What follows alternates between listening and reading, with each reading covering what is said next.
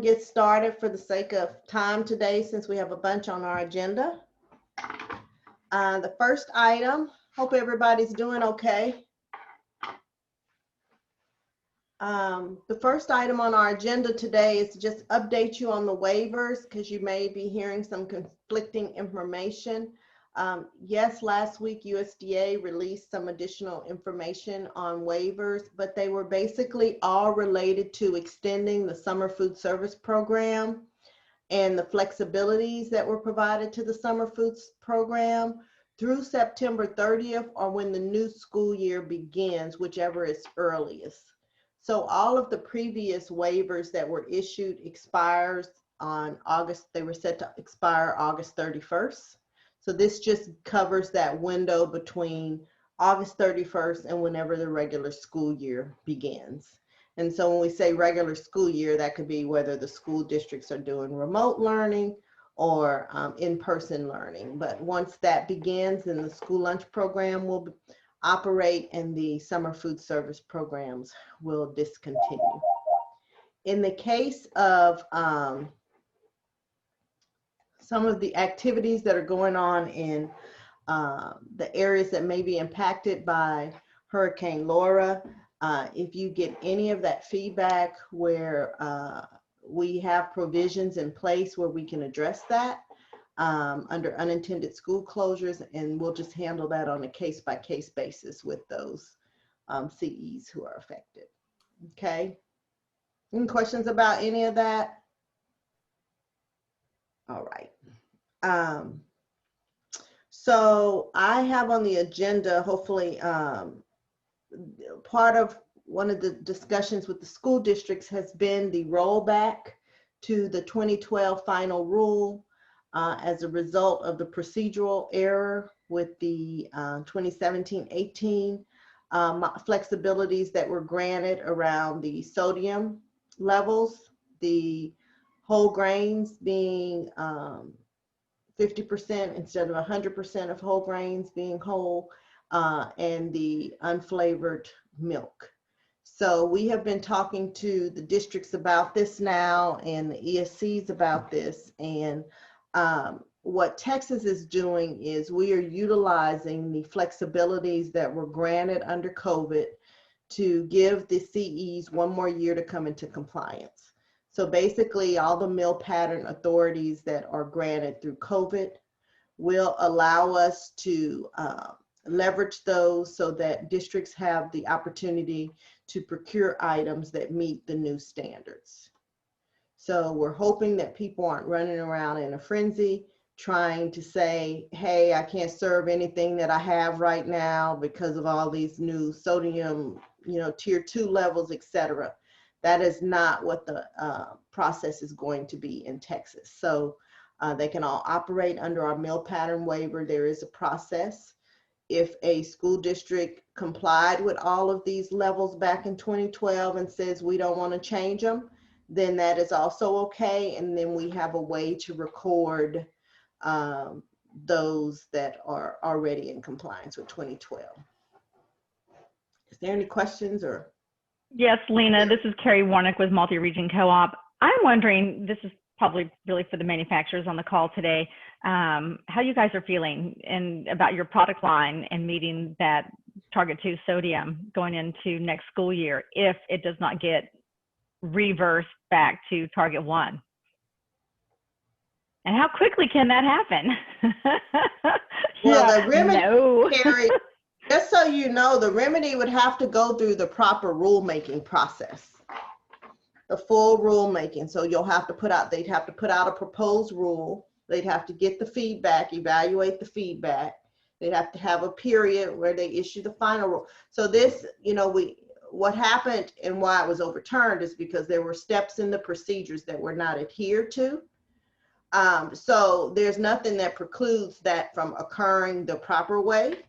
But you're right, it's a very time-consuming process, and it might take, this school year for that to happen, if so desired. But your manufacturers, we're curious as to what are your impacts. Had you already planned on this? Had you heard rumblings and were proactively dealing with that? Kind of what's your stance?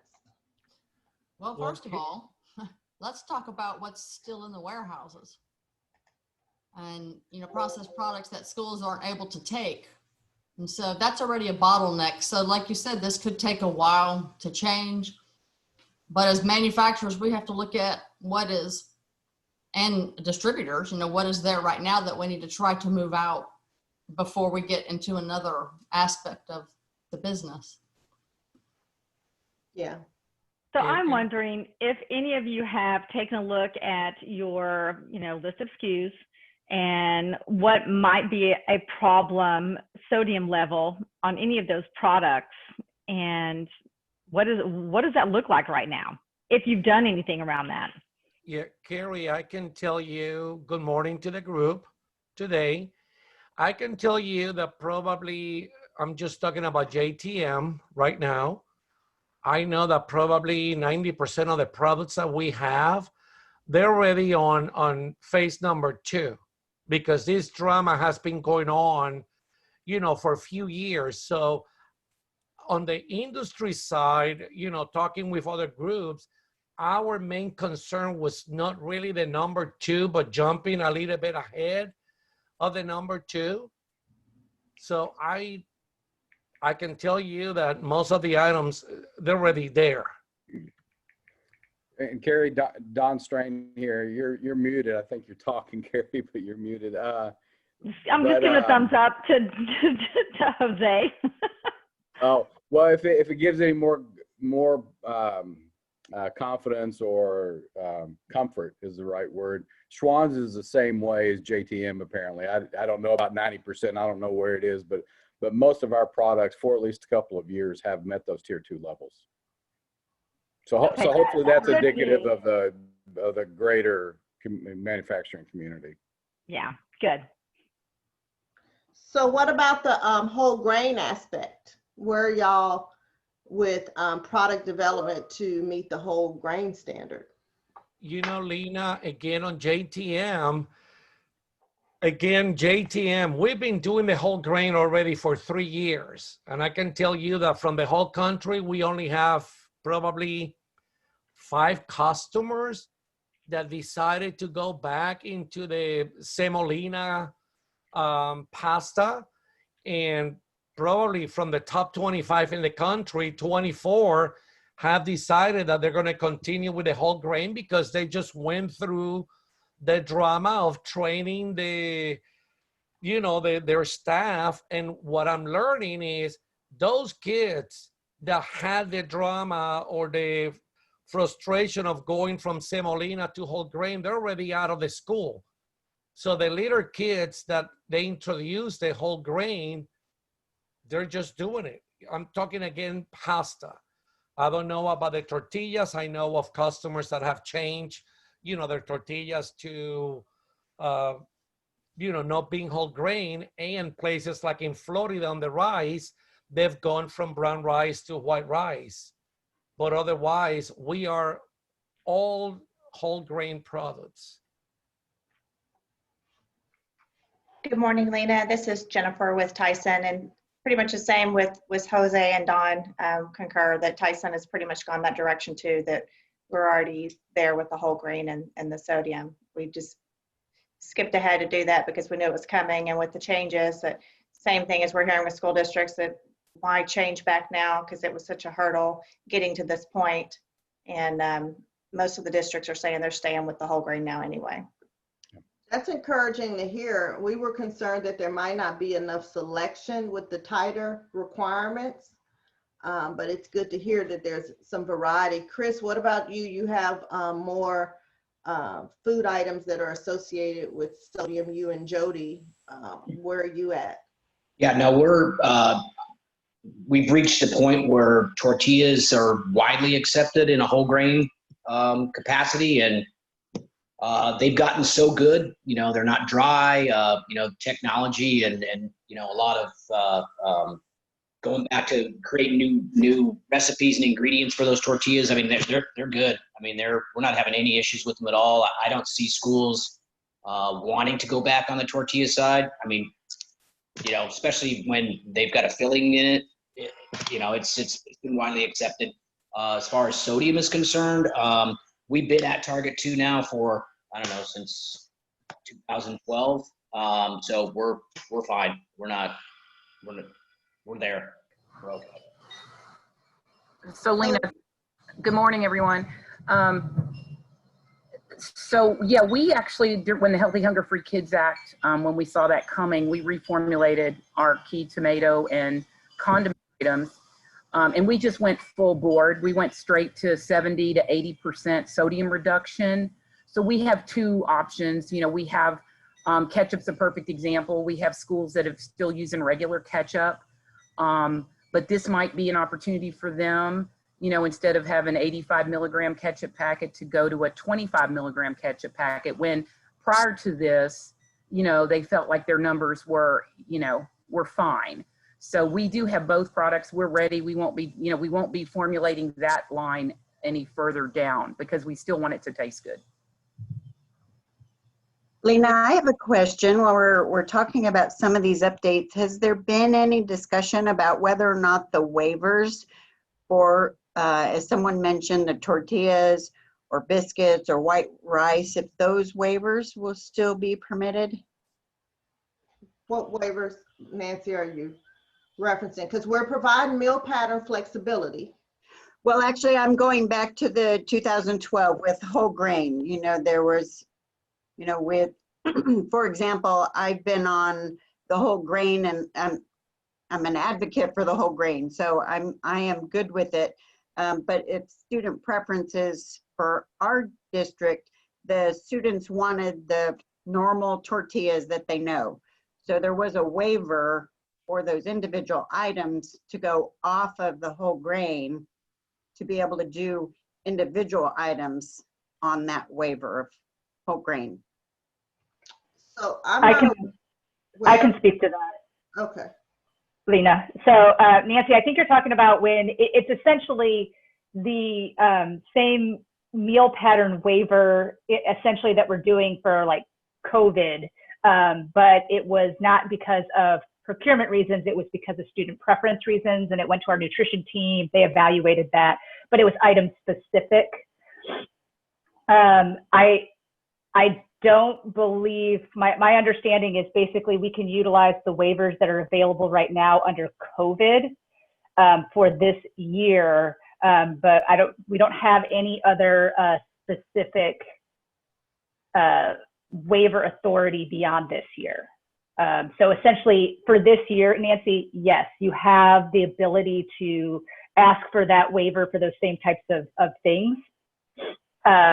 But it's going to only be for this year, and USDA has not given any guidance beyond that. Okay, so just to clarify, it's my understanding I have a year until I have to comply. So I don't actually have to submit for this item specific waiver. I have a year to use it as it is. And then when next year comes into place for the requirement, I either, there won't be that option for those individual items at this point. Correct. And Nancy, what Texas is doing, just to be clear, is our statewide waiver or our utilization of the flexibilities that are allowed in the menu pattern waivers that have been issued is specific to the sodium target 2, that all whole grains do not have to be whole, that you can still have some that are 50%, and are specific to the offerings of exclusively unflavored milk. Anything beyond that, if you have an exception due to whatever, you would need to still submit a waiver request. But as a blanket, that's kind of how we're managing that. And that will give CEs time to procure or do whatever they need to do for next school year. But you're covered for this school year. Okay. I'm thinking that just with where I'm at, I know there are many districts that went off of the whole grain with the waiver of student preference. So I'm not sure if that needs to be followed up as in the next year. you know, whether or not we're able to still maybe go after that waiver again, or if you're saying that no, we're all going back to whole grain, there won't be no waiver for white rice or for white tortillas as student preferences. So, Nancy, yes, ma'am. the waiver that was given at that time, remember, was given so people would have time to come into compliance. For us, we were always supposed to be going toward compliance. So we've had all this time to actually be working toward compliance, not to go, I'm never going to do that and I'm sticking right here. That was never the intent. It was always driving toward compliance. So even right now, what we were complying with was those previous, the flexibilities given by the current administration that have now been wiped out in those 3 areas. Right. So if you're doing anything above that, you still got to put in a waiver for that, but you still just have this year to come into compliance, because effective next year, July 1st, we need to be in compliance, not getting there. So we can't wait to there and then July 1 go, I need another waiver because my people still won't accept it. We need to be coming into compliance. Yeah, I appreciate that. I mean, I'm definitely a whole grain advocate. So, I mean, I'm still serving brown rice.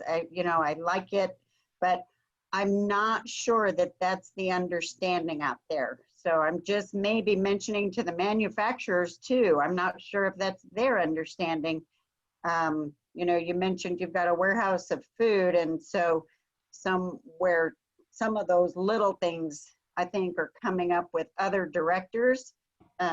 I'm not, or I guess maybe my question related to that is, I thought that student preference waiver was based on the preference, still applicable.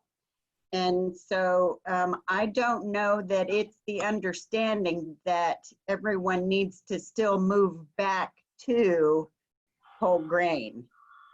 So we can start messaging that better, Nancy. That's good feedback for us, so that as we have our calls with school districts, we can reiterate that. Maybe we need to reinforce that some. So thank you for that feedback. Jackie, do you want to talk of anything to add about whether or not any of this affects USDA foods in any capacity or not? So in terms of USDA foods, in terms of the raw materials, I think USDA has been on the same track as industry of this change is coming. This is what we've been working towards. So they already have a wide variety of low sodium items. Again, the raw materials you guys the processors work with is sort of a given. It's just the raw material. I have not gotten any information from the national office directly in terms of them making any changes. Of course, this year has been procured. I mean, just kind of like, you know, all the schools, everything has already been procured for this year. So this year is going to just have to be status quo for whatever they ordered. But they do have the whole grain rich items. For the items that they offer, they do have low sodium items. So I think USDA Foods is going to be fine with fitting into the meal pattern. But if you guys have anything or specific items where you're like, this one's really iffy on the sodium side, like maybe some of the cheeses, please give me that feedback so I can, when we meet with national office, we can share that. Okay, thanks, Jackie. I don't really see, and I'm hoping I'm wrong, but I don't really see our food bank partners on. Oh, I see Sarah. I'm here. I know we had our meeting with them and talked about the round 3 solicitation of the Farmers to Family Food Box program, and was happy to hear from our food banks that many distributors have been in touch with them to negotiate final mile cost, and that those provisions were outlined in the new solicitation. And Sarah, I think y'all are, the consensus from the group was that we're about at 5 cents per pound for last mile cost. Is that correct? I believe it is around 2,000 a truckload. Okay. Sorry, that's the last I heard. Okay. So I think it's a big success that those costs can now be defrayed from the food banks. And we'll look forward to hearing who might be awarded those next couple of rounds. As you may have seen, there's been another $1 billion in funding allocated to this effort. So we'll keep you posted as we know more. I believe that third round was awarded. It was announced yesterday. Oh, perfect. We are working, or we have contracts with 4 of the people that or the vendors that were awarded. And I know Feeding Texas has a few more. And we're reaching out to those that were awarded that we haven't spoken with yet. Okay, great. Perfect. I'll follow up on who those awardees are. So the next question that we need to probably talk about, that the result of some of what's happening right now, is around distributor inventory. And so we understand that RAs are requesting new items, and some distributors are saying you can't really get new items until you take what we already have on hand for you.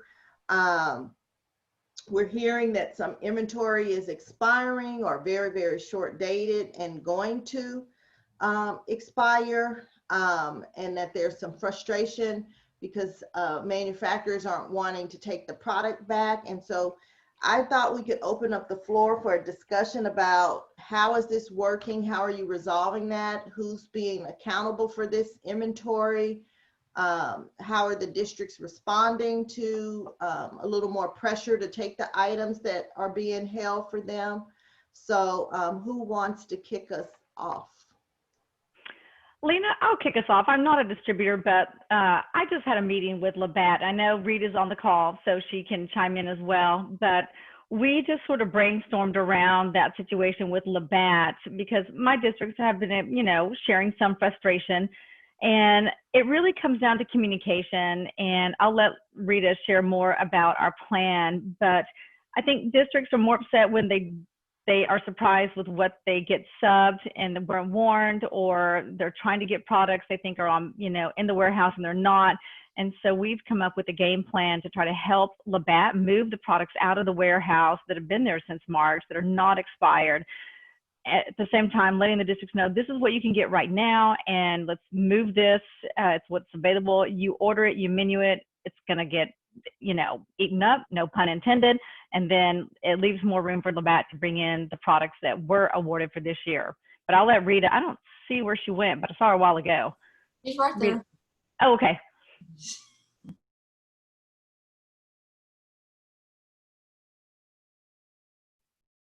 Go ahead, Rita, if you want to share what we talked about.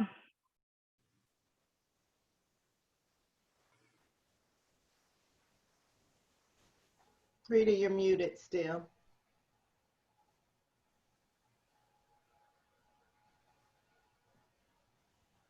Is she frozen or? Well, we know she's moving.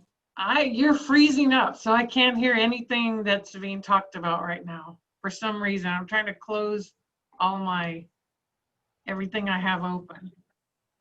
I'm frozen. Well, just tell us how you're solving the world's problems. Right. No, Rita, I'm frozen. I'm trying to close all my boxes to see if it's that. Can y'all hear me? You're not frozen, Rita. We can hear you. I know you can't hear me. Yes, we can. I'm gonna go out and come back in. Okay, so I will continue sharing what we talked about. Can we possibly hear from some of the other distributors? Oh, yeah. Back on that, maybe Maura, Byron. This is Maura. We got rid of no, I shouldn't say everything. Let me take that back. We dumped a lot of product this summer that went out of date, and manufacturers don't take any product back. I mean, they haven't taken it back they rarely took it back in the past, And since COVID hit, manufacturers do not take product. The distributors, we buy it, it's ours. And we did end up dumping a lot of product, Roldos, and we donated what we could, and then stuff that was going out of date faster than we could donate it during the summer, I mean, we had to dump. But we have not really been having any issues with out of date product now. I think we did a pretty good job of dumping everything before school started. But the orders are so small now with the schools, it's really hard to say. I mean, the orders are they're down less than half of what they are at usual back to school time. So are they asking for new products more? Or are you just kind of saying? There's been a handful, but they've been reasonable requests, and it's not like they're asking for just another chicken nugget or another, I can't even think of a good example, or another flavor of something we already have. They're fairly unique or different or necessary items and they're going out of their way to give us, I mean, they're not signing anything, don't get me wrong, but they're going out of their way to working with us and communicate with us. Okay, we'll only need 50, or we'll only need 500, or we'll be responsible for the first order, and let's see how it works. But there hasn't been a lot of it, but the little bit that we've had, everybody's been communicating and very, I mean, they understand the situation we're in.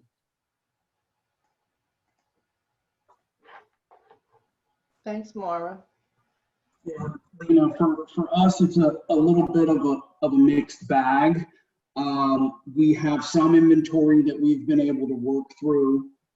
We have some specific co-op inventory that, you know, we're sitting on from basically the late spring, early summer, when everything just completely shut down. So what I've been doing and working with our teams and the co-op that owns those inventory items and slots, we're having to identify them by SKU and by schools that provided us usage on those items, to go back and say, look, you know, we're wanting to needing your help in moving through these. You know, these some are set to expire right away, some go all the way through the end of the year. What we want to do is get out ahead of it, like Carrie was talking about earlier with communication, trying to get out ahead early and say, we understand the complexities of changing menus on the fly, but for these, early enough that we can make menu cycle adjustments. And this also impacts some of the new items that you want coming in. So if we can clear these slots out, move through this, it makes it easy to continue to bring in some of the newer items that you want to throughout the year. And the other piece to that with new items, one of our co-ops took our suggestion and recommendation to wait to authorize any new item until the end of October, just so we could see how this all plays out. Another co-op was very adamant on having new items ready for the start of the school year. I think they were being a little more hopeful that things would just go back to normal. We haven't seen the usage come through that, you know, we knew it wasn't going to. The good news there is that the amount of new items that we authorized and brought in right away was minimal. So we elected to try and keep the fresh items and the short code life items out. And we didn't place any POs on those until we had usage from the school. So try to keep our risk minimal, but the big focus is just on going back to planned usage versus what's actually being pulled, so we can avoid long inventory issues for newer stuff, and then addressing the older stuff we still have tons of shelf life on, and just managing that. I hate to use the word force out, but having a I think more of a stronger policy and just working with them to get that stuff out at an agreed upon time. And to add to everything Byron just said, we've had, I hope it's not a trend of something to come, but we've had issues with 2 products from 2 different manufacturers that we ordered recently, and it came in out of date. One was already out of date, and one was short dated. Which obviously just means it's something that I mean, I get it. It's been in their warehouse, but it's a domino effect. Yeah, and I saw that, Moira, for the first time this week. It surfaced its ugly head. So it was something that I think was about 3 weeks in the making, but I caught it this week, and that's been another one. So we got that from our first manufacturer, and it essentially made it to us with a day more than our our allowable accepted dates. And I think just with a limited staff and team, as we're starting to bring people back, it's one of those that slipped through the cracks. If we would have probably had more support folks in place, we would have been able to catch it when we confirmed from the manufacturer what was coming, but it made it through, and we had to take that one on the chin this week.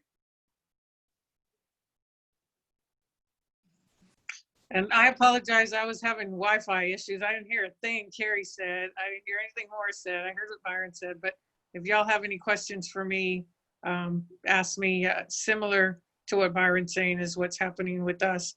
And then when school started, now they're buying like 10% of what they normally do, which is a lot less than what they thought they would be moving.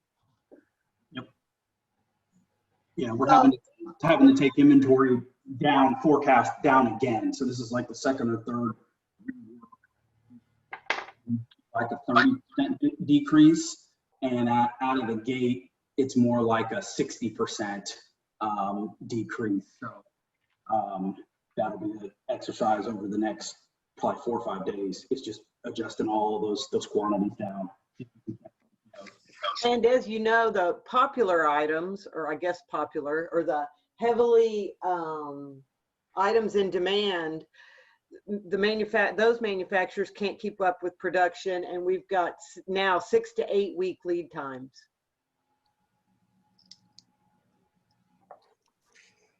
Six to 8 weeks, Maura? Yes, ma'am. Maura, what are some of those items?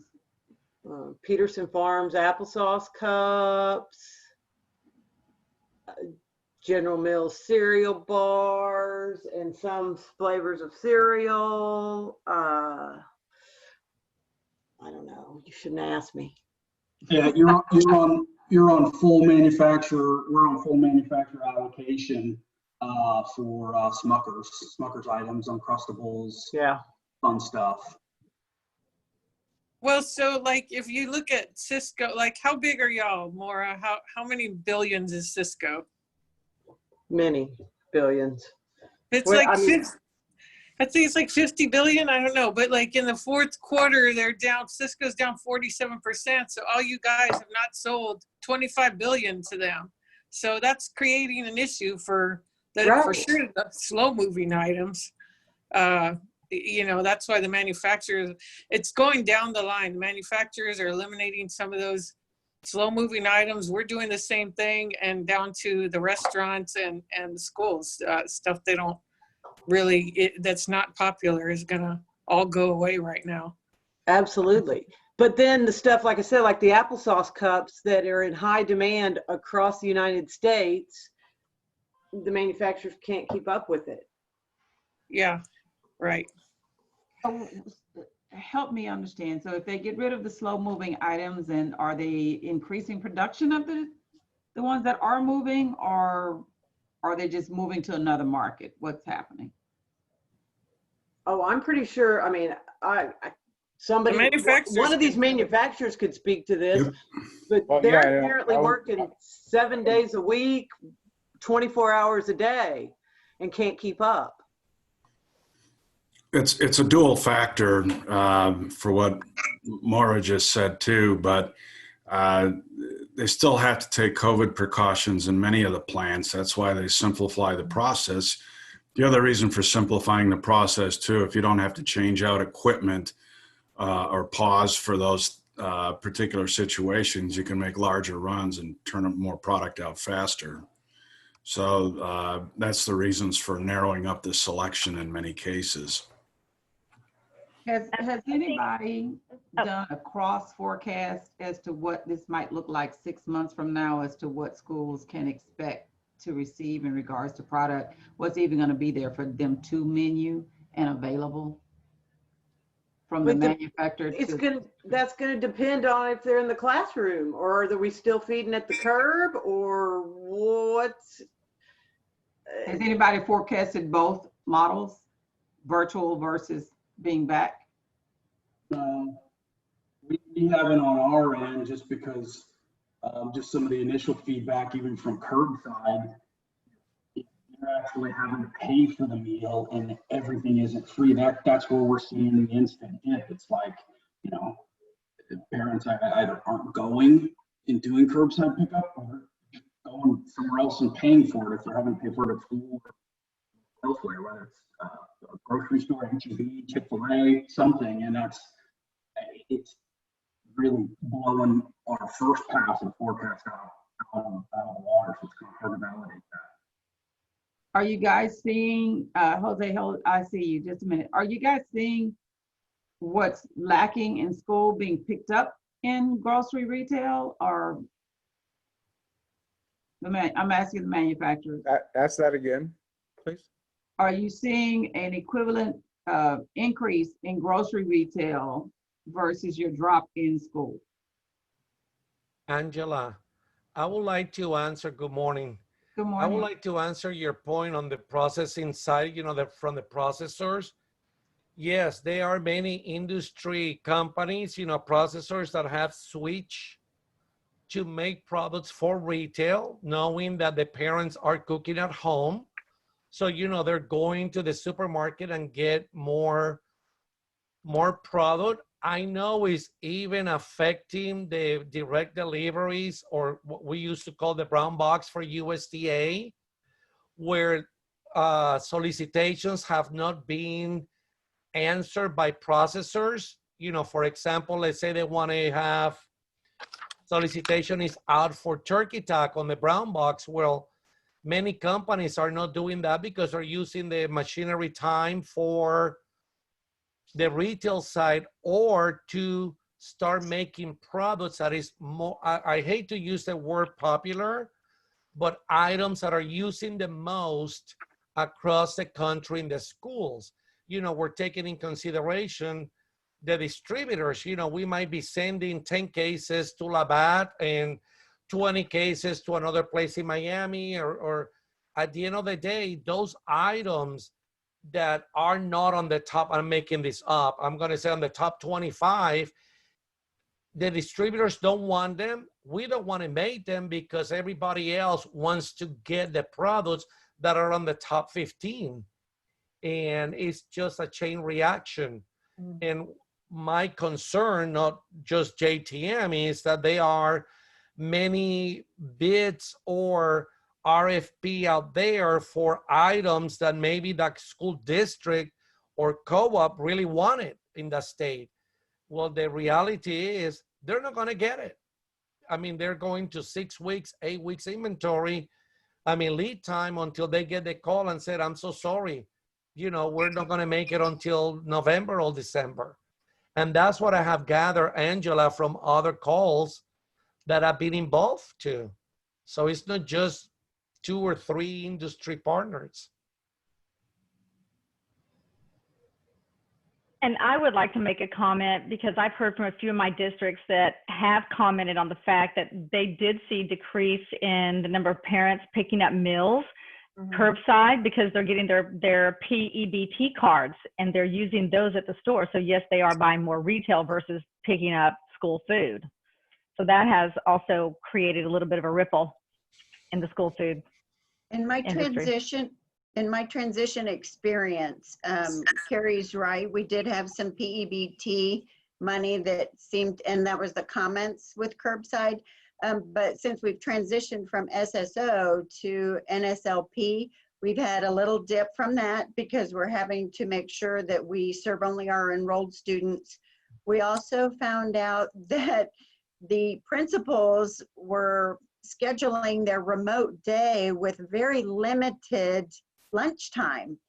And so we either have to change our service or what they have done is we actually went back to advocate that they have a longer lunch period. And so now we've seen some increases with service just in the past couple days. Now they're allowing an hour.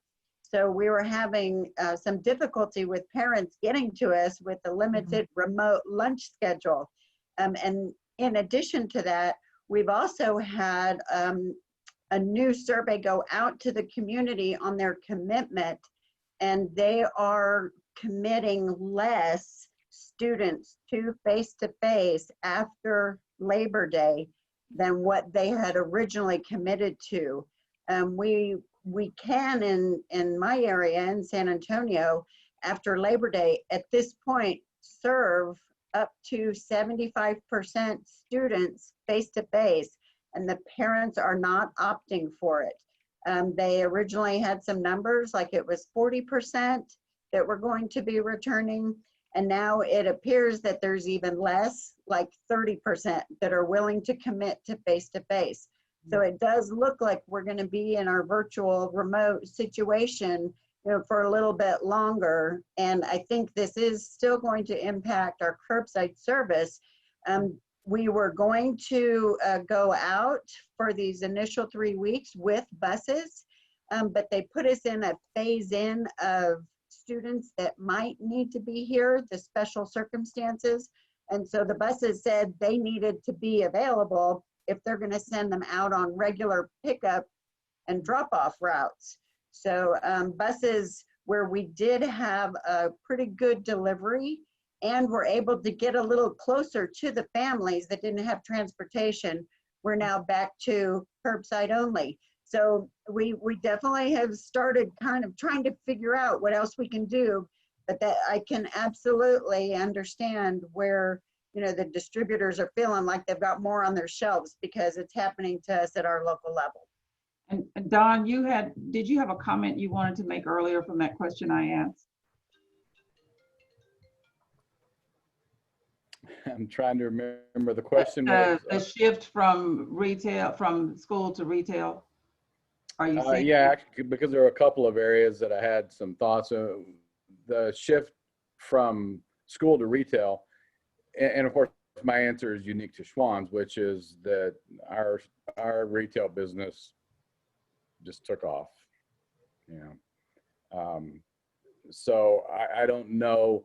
I don't think we could tie that, and I know that we can't tie that to a drop in school business to an increase in retail business. I don't have any idea about that. I just know that March, April, May, everybody flocked to get pizzas, frozen pizzas, and stock your freezer with those at home.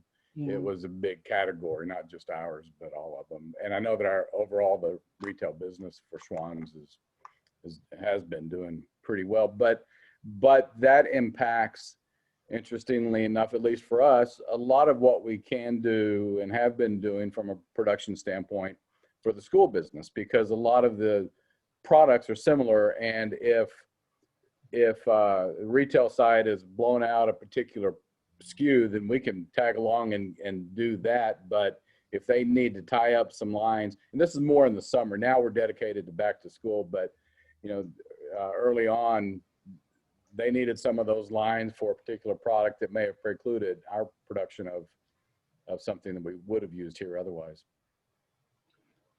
Lena, I did have one other thing I wanted to talk to them about, but I think you have one other thing on your agenda, meal counts.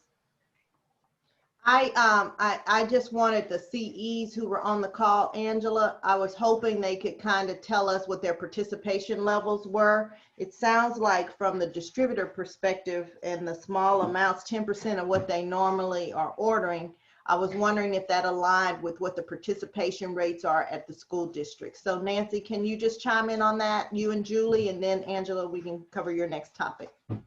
Yeah, I think we're definitely at about that point at 10%. We're a little concerned, honestly, because we're feeling like the the children and the community needs it, and we're kind of in a tight spot. So we're trying to figure out how we can get to them, honestly. So I definitely, we're experiencing that drop in participation, and of course the drop in purchases. Hi, everybody. This is Julie. Yes, we've had a slow decline all summer. And this last week, we just served over 22,000 students from a high of 45,000. So, you know, we haven't switched over to NSLP yet. So we'll see what happens there. We're brainstorming. You know, I just saw where Northeast ISD has 800 sites. So I'm sure a lot of those are bus stop sites. So we're working on that too. We've identified areas where we can reach out with some bus stop sites. I mean, we're just trying everything. We're going to add supper as soon as we work out with the district what their online evening enrichment program is. Then we're going to add supper, so we will be up to 15 meals per week. So that should help, but it is all changing. I mean, we're having issues even with iPads, getting iPads to expand sites. We're at 4 to 5 weeks out with technology. So, and we're already in Dallas experiencing the delays and whatnot. We are looking at ways to portion up ourselves some things, and so we're hoping that helps with using bulk food as well. So, but yeah, we are down in participation as well. Yeah. To add to that, I've had a couple of school districts, they're just starting it, because of the shortened window of time to pick meals up during the day. They're going to sample, test, whatever you want to call it, opening a site in the evening or late afternoon, 5 to 6:30, to see if they get better participation that way. Mm-hmm. Maura, I have A-Leaf ISD actually here in Houston. They have their meal pickups each day from 5 to 7. Mm-hmm. They don't do anything earlier in the day. It's just 5 to 7. And so far, all the districts I've been looking at in Houston, they're the only ones doing that. And I haven't gotten an answer yet, but I asked if that seems to be helping. I mean, as a working parent myself, I can say that if I was going to be picking up a meal, it would be after work. So I would think school districts looking into that, it might work better.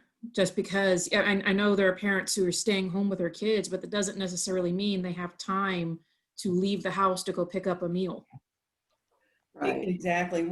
Dallas is moving to 4 to 6 p.m. starting September 10th once school starts back. So we'll see how that goes. Like I said, we're trying everything to increase participation. And we've considered it, and you know, we're working with within our parameters with our compliance for meals.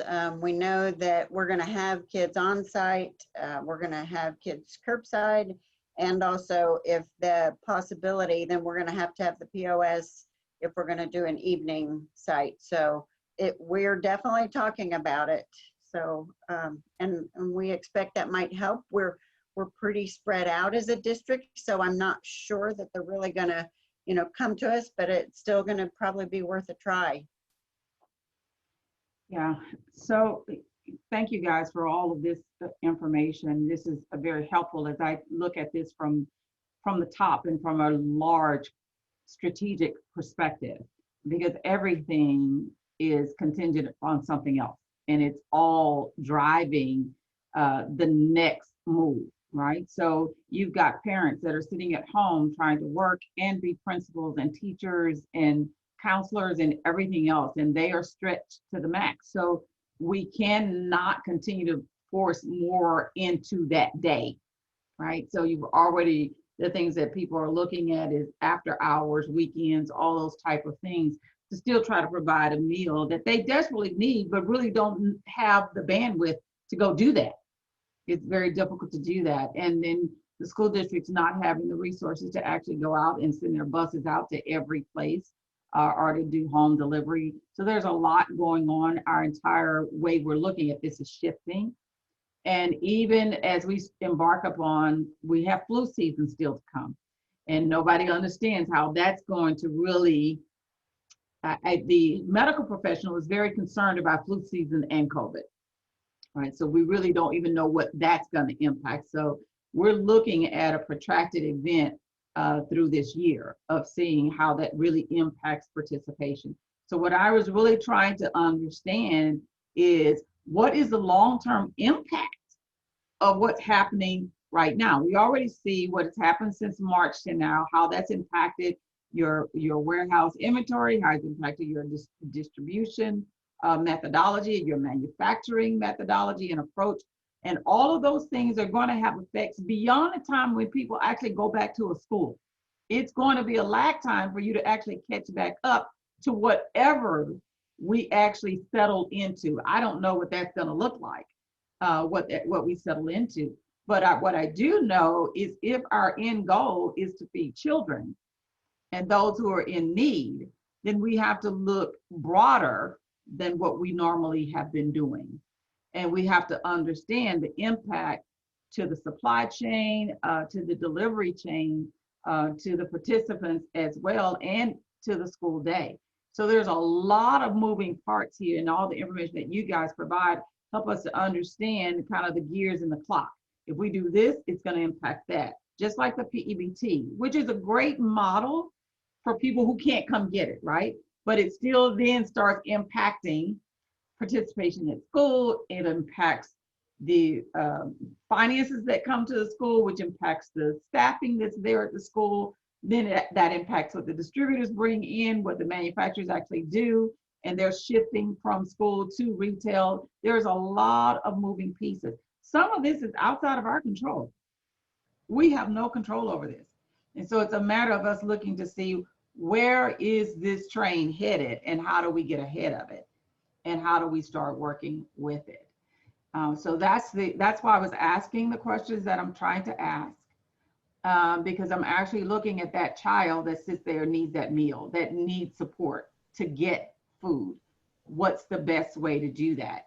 Is that through school meals? Is that through Health and Human Services? What does that do to you guys? And as you guys start, you're in a business. As you start looking at what your demand and your supply is, that shifts your models too. And I'm sure that if not you, someone above you is doing a lot of forecasting. Are they not? Can I get some head nods there? Y'all are looking at all these scenarios, are you not? Absolutely. Because at some point, break even has to happen. Well, that's not going to happen for a while. Right, but you understand what I'm saying. Yeah.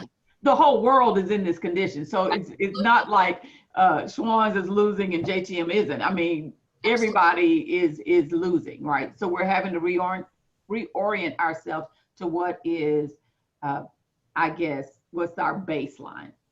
We're having to come up with a new baseline. But in that baseline, I know you're considering all these factors. So anything that you would like to share with us to help us see this picture better and be able, as we talk with USDA or we talk with our Health and Human Service partners as an education department, that it helps us to have a full picture. Because one of the things I don't want us to do is a lesson I think we learned through the meal pattern back when we first from the Institute of Medicine, right, is how we did not consider all the partners, everyone who was a part of this. And I think transportation, we found out last time, we didn't consider transportation. That became a big issue. So we needed to consider everybody. You know, Angela, I would like to add, and it's very profound what you said, and not to sound too dramatic here. Of course, I'm the drama queen, but and I'm talking about USDA foods. You know, as you know, distributors are making major changes, you know, coming from areas to whatever they're doing. Brokers, I mean, that's a major concern for companies that are using brokers, because many brokers have let go people. So you don't have that bridge in many markets. And the reality of it, Angela, is how long will the companies be able to sustain having a sales force working from home? And on different occasions, talking to USDA, smaller companies that are doing USDA processing, at one point they're going to wake up and say, we just cannot sustain this type of business because for 10%, I'm making this up, you know, the production, I'm using a behind the scene, a support group. And that's what I hear all the time. It's not just the people that you're looking at today on the Zoom meeting.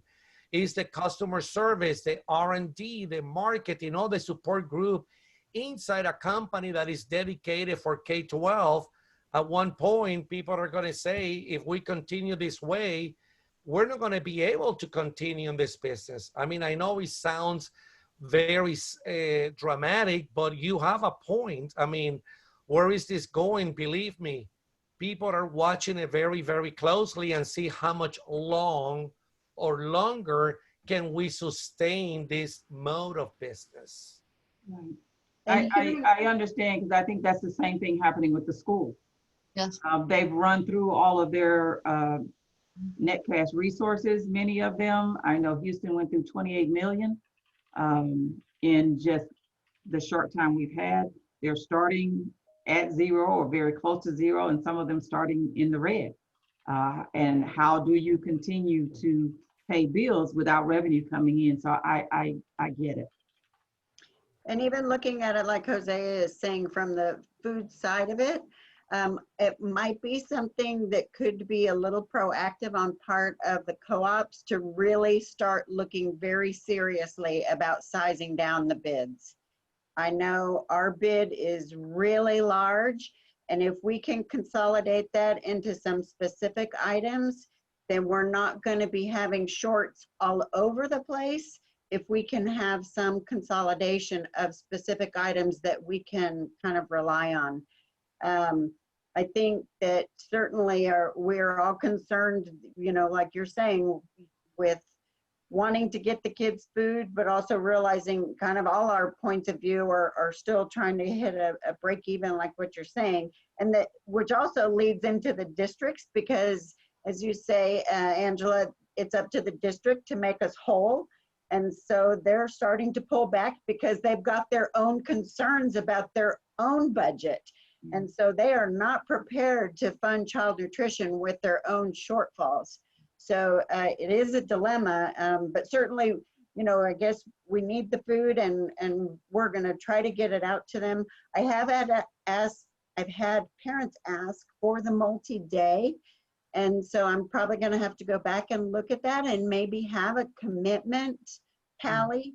It came to my mind, someone in South Carolina was actually moved their curriculum to a virtual academy. Those that were willing to commit to it signed on to it for the year. And that way you can serve maybe that academy, that type of program, in a different way. Rather than me being so concerned if they're going to eat on-site or multi-day, and the risk that I have of double meals. So I need to come up with a better way to multi-day serve and also be compliant. Well, let me issue a word of caution regarding our terminology, and then I'll let Lena close out. Know that a true virtual school does not qualify for National School Lunch School Breakfast. So one of the things that I'm trying to help people language correctly is that this is a school that is involved in remote education. They're a brick and mortar school involved in remote education. That is a clear distinction, because truly virtual schools do not qualify for National School Lunch School Breakfast. So I want people to be real careful with that virtual language, because that can cause a lot of concerns and issues. Correct. Thank you guys for all of this information. I will be reaching out to you again, because I am really trying to look ahead and not be run over. We might be running fast to stop from being run over, but I do want to be ahead of the 8 ball we see coming. Lena?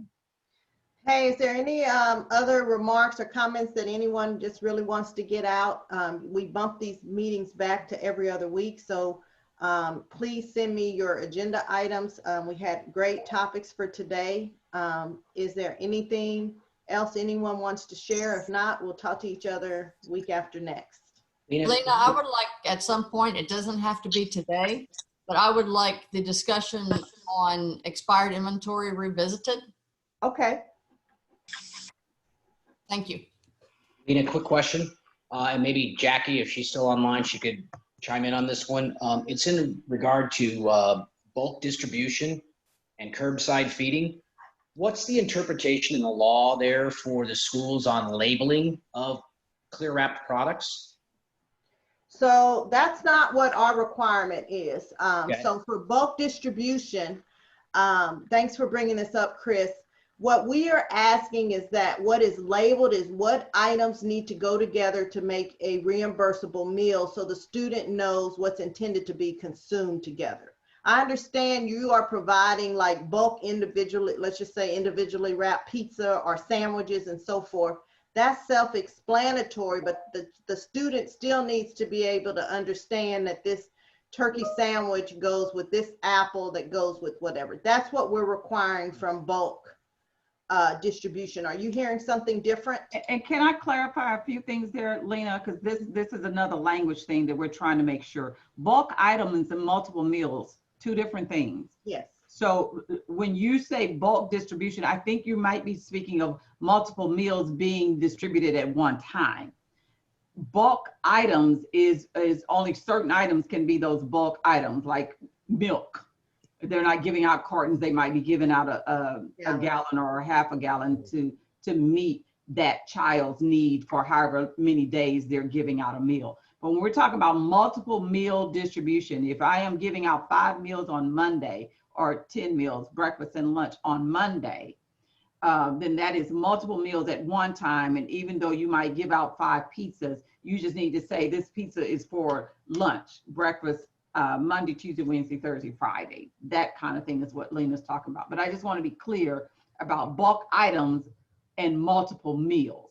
Okay. Well, I was looking for some type of interpretation because, for instance, I've got a product that I'm selling, Dallas ISD, and it's in a clear wrap, and they're looking for preparation instructions that need to be on the label of that product. What I wanted to do is provide instructions for, it's basically a fully cooked product, and to bring it to temperature for reheating that product, but they can put inside the meal itself rather than have to be actually have somebody physically in my plant put a sticker on that label itself. I mean, it's tremendous cost, and especially when the product's already at Dallas ISD. I want to try to give them an opportunity to be able to use that. So what is the law? What is the interpretation for that? The bulk items have to be readily available to consume, which means that the only thing you might be able to do to that is reheat it. So there are no, quote, preparation instructions, because you should just be able to stick it in the microwave.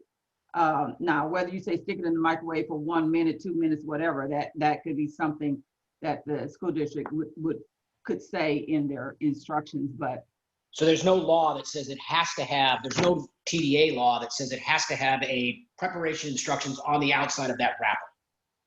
no, That is not a TDA. That is the entree, by the way. It's the that's entree. not TDA. Okay.